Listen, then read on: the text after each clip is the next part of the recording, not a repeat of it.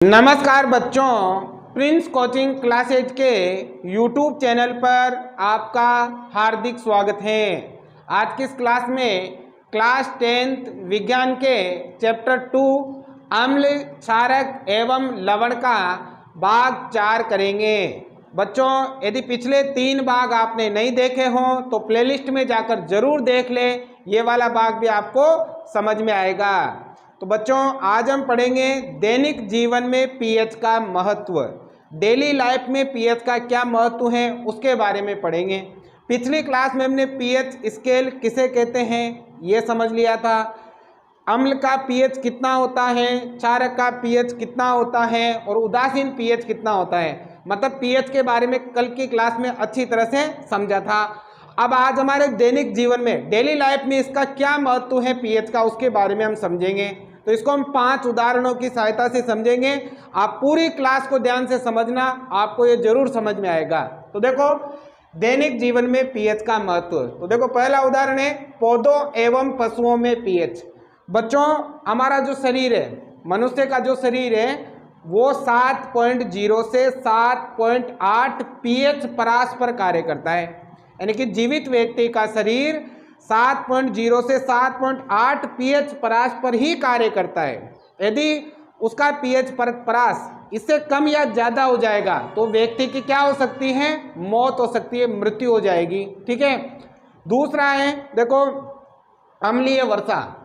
यदि बरसात के जल का पीएच 5.6 से कम हो जाता है, 5.6 से कम हो जाता है तो उसे हम क्या कहते हैं, अम्लीय वर्षा कहते हैं। ठीक है। और यदि अम्लीय वर्षा होती है तो पृथ्वी पर जो जीव जंतु हैं, पेड़ पौधे हैं, उनको गहरा नुकसान होता है, क्योंकि अम्ल की मात्रा बढ़ जाएगी तो उनकी क्या हो जाएगी, मौत हो जाएगी। जैसे बहुत सारे जो पौधे हैं वो नष्ट हो जाएंगे। ठीक है। और बारिश का पानी बहकर नदियों में जाएगा तो नदियों में रहने वाले जो जीव हैं वो भी क्या हो जाएंगे, उनकी भी मृत्यु हो जाएगी। तो पीएच का यहाँ पर बहुत बड़ा महत्व है। ठीक है ना। अब देखो, अम्लीय वर्षा क्यों होती है। अम्लीय वर्षा का सबसे बड़ा कारण होता है प्रदूषण। हमारा जो ये वायुमंडल है पूरी तरह से प्रदूषित हो चुका है। बढ़ते हुए प्रदूषण के कारण कई स्थानों पर अम्लीय वर्षा होने की संभावना बनी रहती है और अम्लीय वर्षा हो जाती है। ठीक है। तो देखो, पहला पॉइंट है, हमारा शरीर 7.0 से 7.8 पीएच परास के बीच कार्य करता है। इंपॉर्टेंट पॉइंट है, ध्यान रखें, हमारा शरीर किस पीएच परास पर कार्य करता है, 7.0 से 7.8 पीएच परास पर कार्य करता है। ठीक है। अब देखो, प्राणी केवल निश्चित परास पर ही जीवित रह सकता है। मनुष्य केवल इस परास पर ही जीवित रह सकता है। अगर इससे ज्यादा हुआ या कम हुआ तो फिर मनुष्य की क्या हो जाती है, मौत हो जाती है। ठीक है। दूसरा देखो, जब वर्षा जल का पीएच 5.6 से कम हो जाता है, वर्षा यानी कि बरसात के जल का पीएच कितना हो जाए, 5.6 से कम हो जाता है, तो उसे अम्लीय वर्षा कहते हैं। कौन सी वर्षा कहते हैं, अम्लीय वर्षा कहते हैं। वेरी वेरी इंपॉर्टेंट पॉइंट है, 1 नंबर का क्वेश्चन बन जाता है यहाँ से कि अम्लीय वर्षा किसे कहते हैं। ठीक है। और अम्लीय वर्षा से क्या नुकसान होता है मैंने अभी आपको बताया, यानी कि पृथ्वी पर रहने वाले पेड़ पौधे, जीव जंतु, उनको बहुत ज़्यादा हानि पहुंचती है, क्योंकि अम्ल बहुत ही घातक हो सकता है ना, इसलिए इनको बहुत ज़्यादा हानि पहुंचती है। ठीक है। और यहाँ पर एक और इम्पोर्टेंट पॉइंट है, इसको आप नोट लगा के लिख लें, इसको आप नोट लगा के लिख लें। देखो, अपने पृथ्वी के अलावा दूसरे ग्रहों पर भी पीएच का एक महत्व होता है। ठीक है। देखो, शुक्र ग्रह का वायुमंडल सल्फ्यूरिक अम्ल के मोटे श्वेत एवं पीले बादलों से बना है। शुक्र ग्रह का जो वायुमंडल है ना, वो सल्फ्यूरिक अम्ल के मोटे श्वेत एवं पीले बादलों से बना हुआ है। तो आप इसे अच्छी तरह से नोट कर लेना कि शुक्र ग्रह का वायुमंडल सल्फ्यूरिक अम्ल के मोटे श्वेत एवं पीले बादलों से बना हुआ है। ठीक है। तो पहला उदाहरण समझ में आ गया। दूसरा उदाहरण है बच्चों, मिट्टी का पीएच। तो देखो, मिट्टी जो होती है, मृदा जो होती है, उसके पीएच का भी बहुत ही ज़्यादा महत्व है। अगर बच्चों मिट्टी का जो पीएच है वो संतुलित है, सही है, तो उसमें जो पैदावार होगी, जो फसल होगी, वो अच्छी उपज होगी, और अच्छी पैदावार होगी तभी हमें क्या होगा, लाभ होगा। तो कई स्थानों पर क्या होता है कि मिट्टी के पीएच में दिक्कत हो जाती है, कई का पीएच अम्लीय हो जाता है या कहीं का पीएच क्या हो जाता है, क्षारीय हो जाता है। तो हमें क्या करना चाहिए, मिट्टी की जांच करानी चाहिए। मिट्टी की जांच कहाँ करवाएंगे? ग्राम सेवक जो होते हैं, कृषि वैज्ञानिक जो होते हैं, वहाँ पर मिट्टी की जांच करवानी चाहिए। मिट्टी की जांच कराने से हमें ये पता चल जाता है कि इस मिट्टी में हम किस प्रकार की इस फसल बो सकते हैं जिससे अच्छी पैदावार हो। कम बीज उसमें मतलब बीज की मात्रा का पता लगाया जा सकता है, खाद की मात्रा का पता लगाया जा सकता है। तो मिट्टी के पीएच का महत्व भी बहुत ज़्यादा हो जाता है। भारत सरकार ने भी मृदा कार्ड अभी निकाला था, जिसमें प्रत्येक जहाँ जिस खेत की मिट्टी का पीएच ज्ञात करना, उसकी मिट्टी का नमूना लिया जाता है और उससे क्या निकाला जाता है? पीएच निकाला जाता है, जिससे अच्छी उपज, अच्छी पैदावार ली जा सके।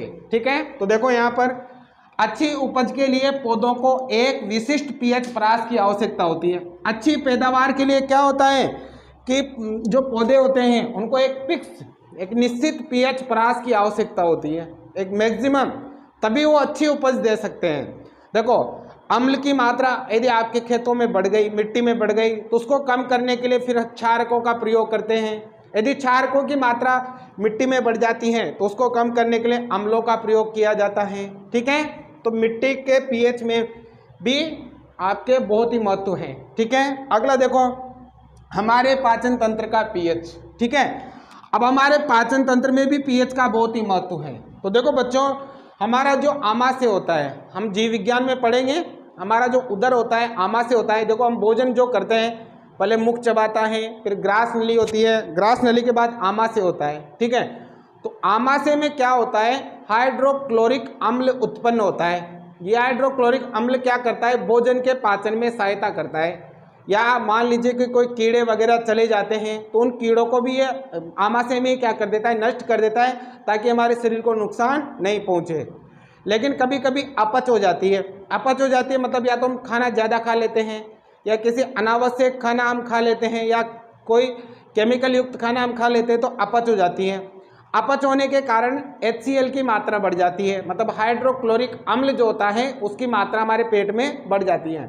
अब जैसे उसकी मात्रा बढ़ेगी तो हमारे पेट में दर्द होने लगेगा, जलन होने लगेगी, हमें खट्टी खट्टी डकारें आने लगेगी। ठीक है, किसके कारण होता है? अम्ल की मात्रा बढ़ने के कारण।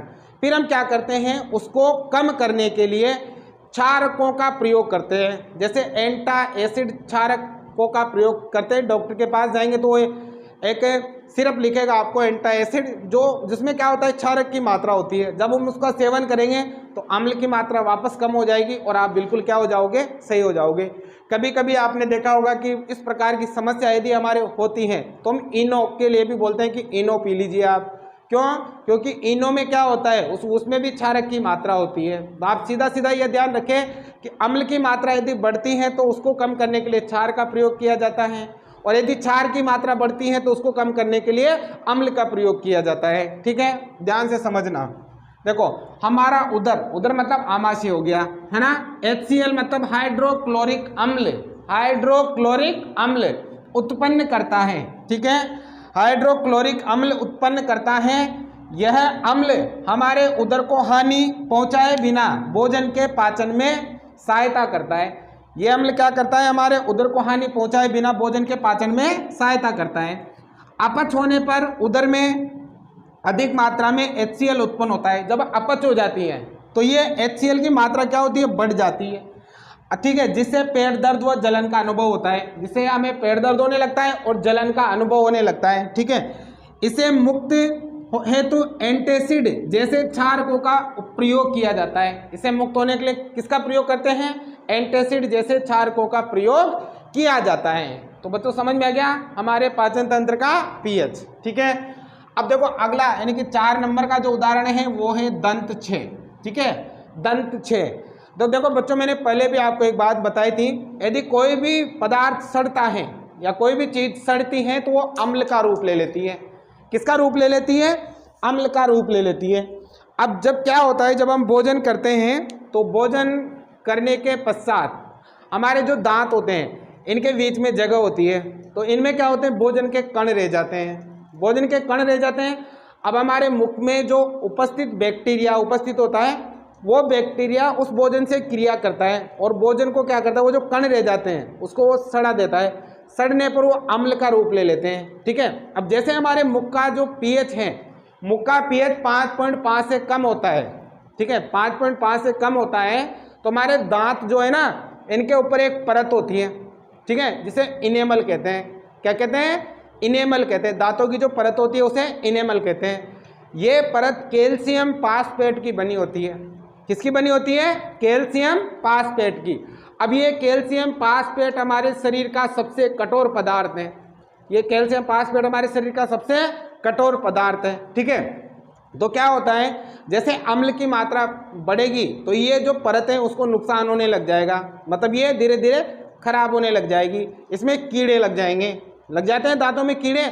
और कीड़े किस कारण? क्योंकि हमारे मुख का जो पीएच है, अम्ल की मात्रा उसमें बढ़ गई है ना। पीएच 5.5 से कम, इसका मतलब 5.5 क्या है? अम्ल है। 7 से ऊपर जाते हैं क्षारक है, ठीक है। तो इसके कारण वो दांतों की इनेमल क्या होने लगती है? नष्ट होने लगती है और हमारे दांत खराब हो जाते हैं, ठीक है।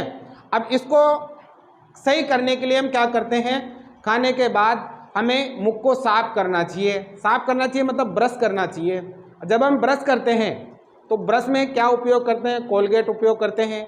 तो कोलगेट में किसकी मात्रा होती है? क्षारक की मात्रा होती है, ठीक है। तो वो अम्ल को क्या कर देता है? कम कर देता है। तो इंपॉर्टेंट पॉइंट है, ध्यान से समझना। मुख का पीएच 5.5 से कम होने पर दांतों का इनेमल संक्षारित होने लगता है। दांतों का इनेमल क्या होने लगता है? संक्षारित होने लगता है, ठीक है। दांतों का इनेमल कैल्शियम फास्फेट का बना होता है।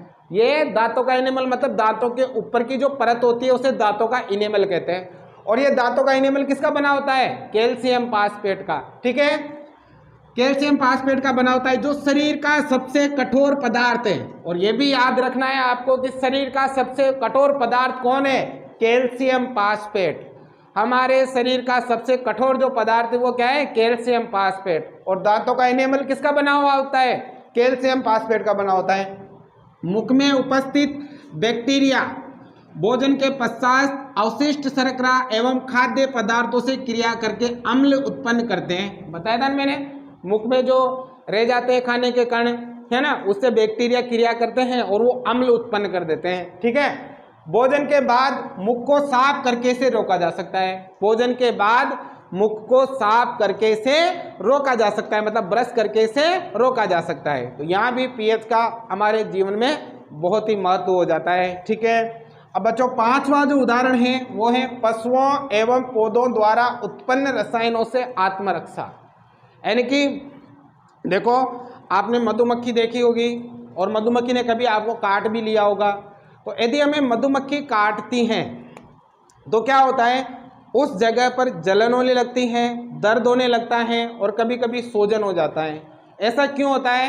क्योंकि बच्चों, मधुमक्खी के डंक में अम्ल पाया जाता है। मधुमक्खी के डंक में क्या पाया जाता है? अम्ल पाया जाता है। यदि मधुमक्खी को काटने के तुरंत बाद हम क्षारक उस जगह पर इस प्रकार के क्षारकों का प्रयोग कर ले, तो उससे दर्द, जलन और सूजन को क्या किया जा सकता है? रोका जा सकता है। कभी हमें गांव में देखा होगा आपने कि मधुमक्खी काटते क्या कहते हैं? लोहा घिस के उसके ऊपर लगा लिया जाता है, क्योंकि लोहा जो होता है उसमें क्षारक का कार्य कर जाता है। किसका कार्य कर जाता है? क्षारक का कार्य कर जाता है, जिसके कारण दर्द और जलन क्या होता है? मिट जाता है और उस जगह पर सूजन भी नहीं होती है, ठीक है। और एक नेटल का पौधा आता है। किसका पौधा आता है? नेटल। नेटल के पौधे में बाल होते हैं। अब बच्चों, उसके जो बाल है ना, वो मेथेनोइक अम्ल छोड़ते हैं। कौन सा अम्ल छोड़ते हैं? मेथेनोइक। तो जैसे हम उस पौधे के पत्ते के टच करेंगे, उसके बाल के टच करेंगे, तो हमारे संपर्क में आते हैं मेथेनोइक अम्ल, हमारी त्वचा के संपर्क में आ जाएगा और उस जगह पर जलन होने लगेगी, दर्द होने लगेगा। तो उसको कम करने के लिए हम किसका प्रयोग कर सकते हैं? क्षारकों का प्रयोग कर सकते हैं। तो देखो यहाँ पर मधुमक्खी का डंक एक अम्ल छोड़ता है, ठीक है, जिसके कारण दर्द व जलन का अनुभव होता है। डंक मारे गए अंग में बेकिंग सोडा जैसे दुर्बल क्षारकों के उपयोग से आराम मिलता है। बेकिंग सोडा जैसे दुर्बल क्षारकों को अगर हम लगा ले उस जगह पे, तो हमें क्या मिलता है? आराम मिलता है, ठीक है। दूसरा देखो, नेटल एक पौधा होता है। आपकी जो किताब है ना, उसमें उसकी पत्तियों का चित्र दे रखा है, अच्छी तरह से देखना। नेटल के डंक वाले बाल मेथेनोइक अम्ल छोड़ते हैं। तो बताओ, नेटल होता है ना, नेटल का पत्ता, उसमें कौन सा अम्ल पाया जाता है? मेथेनोइक अम्ल पाया जाता है। ठीक है, मेथेनोइक अम्ल छोड़ जाते हैं जिसके कारण जलन व दर्द का अनुभव होता है। अब इसको कम करने के लिए भी आप किसका प्रयोग कर सकते हो? क्षारकों का, बेकिंग सोडा जैसे दुर्बल क्षारकों का प्रयोग कर सकते हो। ठीक है, तो ये थे बच्चों आपके दैनिक जीवन में पीएच का महत्व। अब इसके बाद हम कुछ प्राकृतिक जो अम्ल हैं उनको देखेंगे, तो वो भी वेरी वेरी इंपॉर्टेंट है, आप जरूर देखना। उनमें से एक दो क्वेश्चन बोर्ड परीक्षा में जरूर पूछे जाते हैं। पहले आप इसका स्क्रीनशॉट ले लो, फिर हम उनको देखते हैं। ठीक है, देखो इसके बाद है कुछ प्राकृतिक अम्ल। तो बच्चों ये इंपॉर्टेंट है, इन्हें ध्यान से याद करना है, आपको अच्छी तरह से याद करना है। ठीक है ना, तो देखो इधर तो है प्राकृतिक स्रोत और उधर है अम्ल। ठीक है, तो देखो सबसे पहले सिरका। तो बच्चों सिरके में पाया जाता है एसिटिक अम्ल। सिरके में कौन सा अम्ल होगा? एसिटिक अम्ल। इसके बाद है दही। दही में पाया जाता है लैक्टिक अम्ल। कौन सा? लैक्टिक अम्ल। इसके बाद है आपके संतरा। संतरा में पाया जाता है सिट्रिक अम्ल। कौन सा अम्ल? सिट्रिक अम्ल। इसके बाद है आपकी इमली। इमली में पाया जाता है टार्टरिक अम्ल। कौन सा अम्ल पाया जाता है? टार्टरिक अम्ल पाया जाता है। इसके बाद टमाटर। टमाटर में पाया जाता है ऑक्सैलिक अम्ल। ऑक्सैलिक अम्ल पाया जाता है टमाटर में। इसके बाद आता है नींबू। नींबू में पाया जाता है सिट्रिक अम्ल। तो देखो नींबू और संतरा में सेम अम्ल पाया जाता है। ठीक है, नींबू में भी आपके सिट्रिक और संतरा में भी आपके सिट्रिक अम्ल पाया जाता है। इसके बाद है देखो चींटी का डंक। चींटी का डंक में पाया जाता है मेथेनोइक अम्ल। मेथेनोइक अम्ल। और जो नेटल का डंक है उसमें भी पाया जाता है मेथेनोइक अम्ल। तो इन दोनों में सेम है। देखो चींटी के डंक में भी मेथेनोइक और नेटल के डंक में भी क्या पाया जाता है? मेथेनोइक अम्ल पाया जाता है। ठीक है, इसके अलावा बच्चों एक और बताता हूं मैं आपको, लाल जो चींटी होती है, लाल चींटी के डंक में पाया जाता है फार्मिक अम्ल। कौन सा? फार्मिक अम्ल पाया जाता है। ये ध्यान रखना आप, लाल चींटी के डंक में कौन सा अम्ल पाया जाता है? फार्मिक अम्ल पाया जाता है। इनको आप अच्छी तरह से याद रखना, याद कर लो, 2-3 बार लिखोगे तो आसानी से आपको याद हो जाएंगे। ठीक है, आज की ये क्लास हम यहीं समाप्त करते हैं। अम्ल और क्षारक आपके समाप्त होते हैं। इसके बाद अगला जो क्लास होगी आपकी, उसमें हम लवण के बारे में पढ़ेंगे। ठीक है, तब तक के लिए बहुत बहुत धन्यवाद। समझ में आया हो तो लाइक जरूर करें और आप इस क्लास को शेयर जरूर करें ताकि सभी गरीब छात्रों तक ये क्लास पहुंच सके।